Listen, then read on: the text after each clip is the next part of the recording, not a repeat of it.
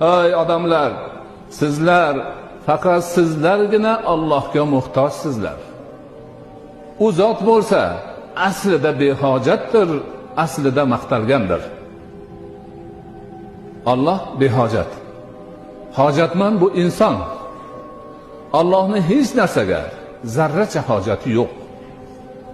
Alloh bandalariga bir narsani bersa, maqtalayin, meni maqtasin, hojatim shunga bor degani emas, o'zi aslida maqtalgan zot u. Bandani ibodatiga ham hojati yo'q, maqtaviga ham hojati yo'q. Balki hojatmand bandani o'zi. Hamma banda hojatmand. Banda dunyoga kelishi bo'yicha ham Allohga hojatmand. Alloh uni hojatini chiqarib dunyoga keltirmasa, odam yo'q. Yo'qdan bor qiluvchi Allohning o'zi.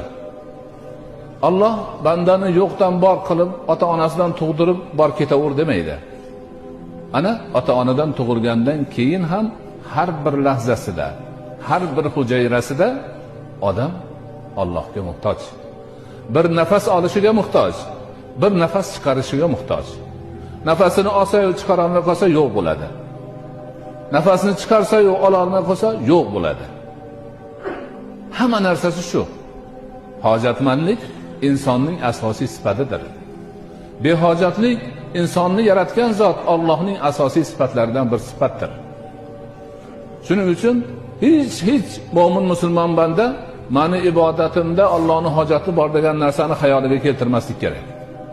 Meni ibodatimda o'zimning hojatim bor. Men shunga muhtojman. Agar shu ibodatni Alloh menga farz qilmaganda jannatga kira olmasdim degan e'tiqodda bo'lish kerak inson.